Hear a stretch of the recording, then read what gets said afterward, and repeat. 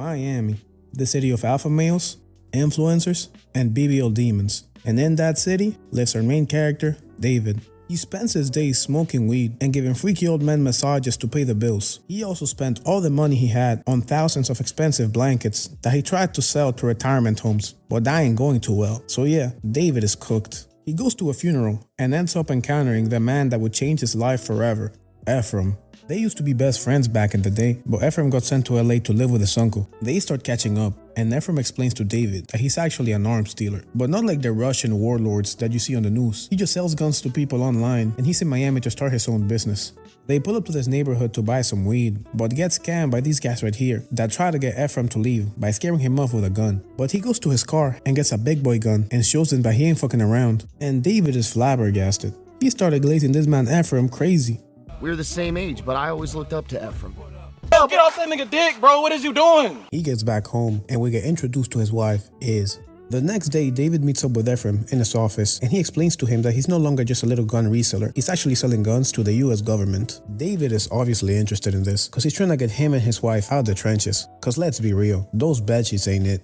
So Ephraim explains to him that he doesn't go for the massive contracts that are worth millions. He goes for the small ones that the giants don't even bother to look at because by law the government is obligated to offer even the smallest contracts for bidding. Later that night, Iz tells David that she's pregnant. It should have been me, not him! But honestly, David, you got my respect. Getting Ana de Armas pregnant is crazy, but he's low-key stressing out because right now he can barely afford to feed himself and his wife, so he has no idea where he's gonna get the money to feed a child. So Ephraim, trying to help him out, offers him a job working with him in the gun dealing business, and since he needs the money, David accepts. But he doesn't really know how to tell his wife because she's like super against the war. So he just lies to her and tells her that they're gonna be selling blankets to the government. For the next 2 weeks, he learns everything there is to know about the business. His job was to basically spend the day looking for contracts, and then Ephraim was in charge of closing the deal. They even had to go to the office in the middle of the night just to talk to Eastern European gun suppliers. I just know they were talking to some guys that looked exactly like this.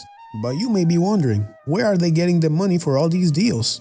Well, this right here is Ralph, an Israeli guy that's super fucking Jewish and is giving them money cause Ephraim convinced him that he's the super devout Jew that only sells guns to Israel so that it can protect itself from its enemies. And in exchange, Ralph gets 25% of the profits, or well, what he thinks is 25% cause Ephraim is just scamming the fuck out of him. Later that night they go to the club, but they end up getting their ass beat cause Ephraim offered a girl $1,000 to give him some head. After all that, they're just chilling at a random Cuban diner when David gets a call that secures them a deal with the US government that's 10 times bigger than anything else they have ever done. But not gonna lie, they're kinda cooked cause they gotta deliver the package to Iraq, but a law just got approved that no gun manufactured in Italy can be delivered to Iraq. And you guessed it, the guns that they're selling are in fact manufactured in Italy. This has David stressing, but Ephraim tells him to chill the fuck out. All they gotta do is ship the guns to Jordan and then ship them from Jordan to Iraq. David is concerned with the legality of this. Is that legal? But Ephraim tells him it should be fine. It's not illegal. Later that night, David is having dinner with his wife and her friends when Ephraim barges in and tells him that they're absolutely fucked cause apparently their guns got stopped at customs in Jordan. Ephraim is being loud as fuck, and Iz ends up finding out that David is actually a guns dealer like him. She's obviously mad as hell about it and starts screaming at David, but the argument gets cut short because Ephraim tells him that they gotta go to Jordan right now to fix this. They get to Jordan, and with the help of a little kid that speaks English, they end up bribing this guy to get the permit that they need to ship their guns to Iraq. But it's been a couple days and they have no updates on their permit, so Ephraim starts crashing out thinking they got scammed. But it turns out that the people got their guns but not the permit. So the kid tells him that they can just smuggle the guns into Iraq by land and introduces them to this guy here called Marlboro, who is allegedly the best smuggler in all of Jordan. David doesn't like the idea cause it's like super fucking illegal, but Ephraim convinces him and they head off to Iraq. On their way, David asks Marlboro how safe their trip actually is, and Marlboro tells him, Yes, let me say 50-50. yeah, fuck no, that's where I draw the line. 50-50 is crazy work.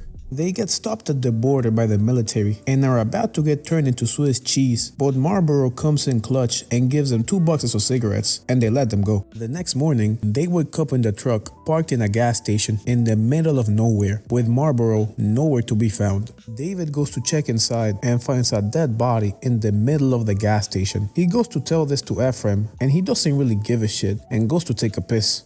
David gets a call from his wife, but while he's talking to her, he sees on the mirror 2 trucks full of guys ready to shoot the fuck out of them. He tells this to Ephraim and he runs to the truck and tries to leave. But sadly, it's out of gas, cause Marlboro's cheap ass didn't fill up the tank. They manage to make it start, and right as they leave, Marlboro spawns in with the gas they were missing and starts running after them. He manages to jump into the back of the truck and starts filling up the gas while the truck is running. But this doesn't change the fact that they're absolutely cooked. But right as the people were catching up with them, the US military saves their ass. Look at them, bro. They really out here celebrating like dudes after their first pregnancy scare. That shit will have guys that have never been to church praying like this. They finally arrive at Baghdad, the capital of Iraq, and deliver the guns. And apparently this guy Marlboro took them through a route called the Triangle of Death. 50-50 my ass. They get paid, and it turns out they'd made $2.8 million. And not gonna lie, for that kind of money, I would smuggle guns through the Triangle of Death too. With all the money they just got, and them almost dying, you would think they would stop there. But like a wise man once said, a Jew's greed knows no bounds.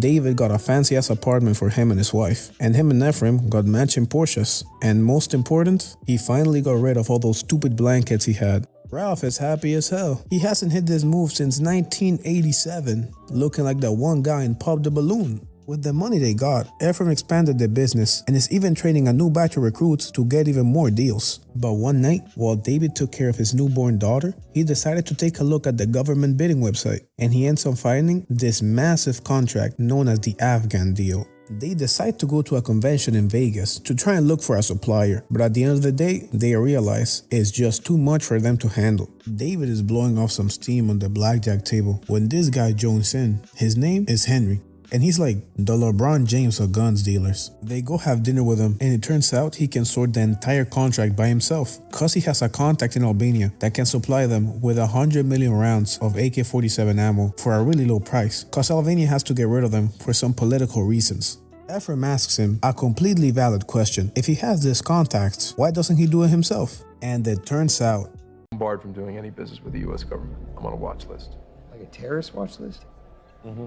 yeah, that's all I needed to hear. Terrorist watch list? That's a big ass fuck no, if you ask me.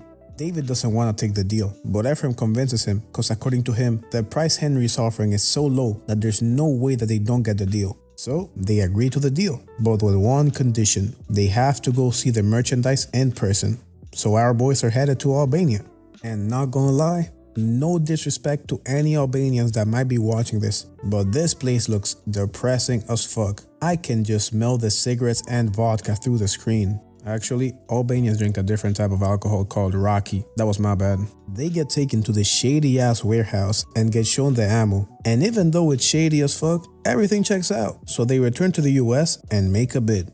After months of no response, while David is chilling at the beach with his family, Ephraim tells him that they actually managed to secure the deal. But the government needs to audit the business before the deal is complete. So they spend 2 weeks straight forging documents and head to the meeting to finalize the deal. But before they arrive to the meeting, these 2 dumbasses decide to get high on the car cause it, quote, helps with the nerves. At the meeting, these 2 bald guys tell them that the only reason that they got the deal is because they lowballed the fuck out of their competition, more specifically by $53 million.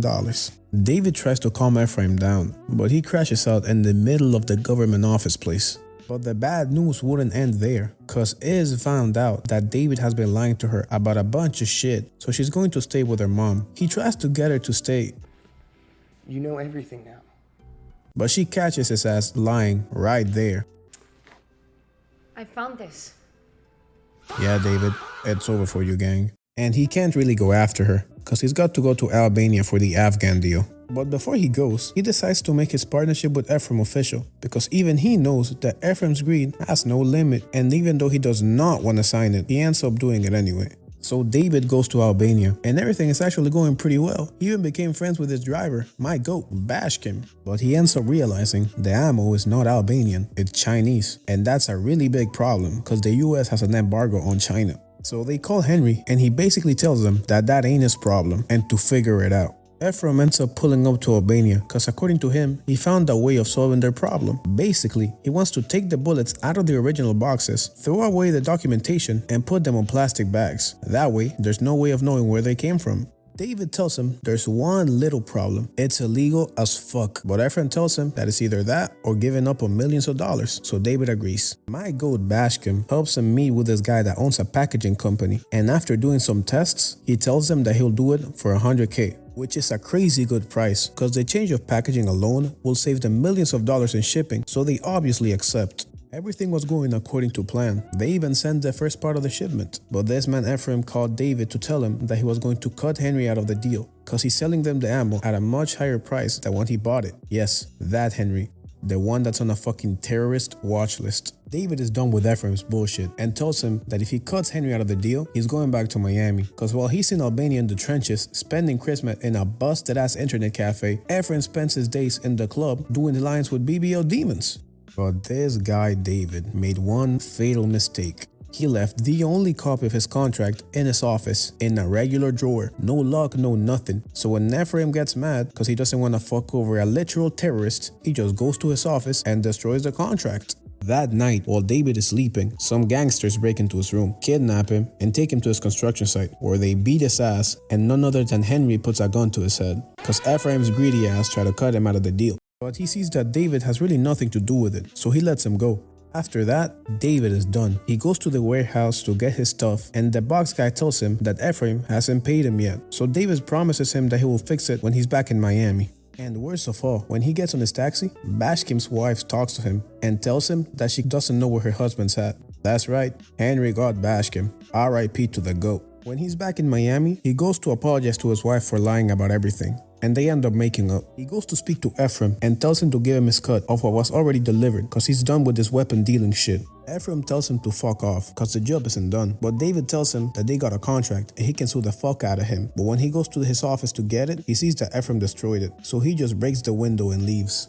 Cut to 3 months later, David is back to give him massages when Ralph, the old Jewish guy, tells him that Ephraim apparently wants to make things right. They meet at this restaurant and Ephraim tells him that he's willing to give him $200,000 because he's not happy with how things ended. His cut was more than $4 million, by the way. David tells him that he has enough dirt on him to get him locked up, but Ephraim tells him that everything that incriminates him also incriminates David, so he knows he ain't gonna do shit. Later that day, while David is just chilling with his family, he gets a call from the New York Times because apparently their whole illegal scheme came to light. Him and Ephraim met in the elevator and he tells him that he's a greedy piece of shit and a horrible person, but right as they're about to leave the elevator, they get ambushed by the police and get arrested. They also got like the worst mugshots of all time. This shit is even worse than Tyler the Creator's, and that guy just looks like a straight up goblin. Turns out that the person that snitched on them was the box guy from Albania because Ephraim refused to pay him the $100,000 he owed him. So he contacted the US government and they put a wire on Ralph. So that whole conversation they had on how David and Ephraim did so much illegal shit, yeah, the FBI heard all of it. Ralph was really snitching in that room just like this. Ephraim was given 4 years in prison and David got 6 months of house arrest because he pleaded guilty. A couple months later, David's gonna give a massage on a fancy ass hotel and his client is none other than Mr. Terrorist himself. Henry thanked him for not snitching on him on his confession and apologizes for beating his ass and almost killing him. And as a thank you, he gives him a briefcase full of money. The end. Moral of the story? Don't do business with people that are on terrorist watch lists. Also, never trust a Jew.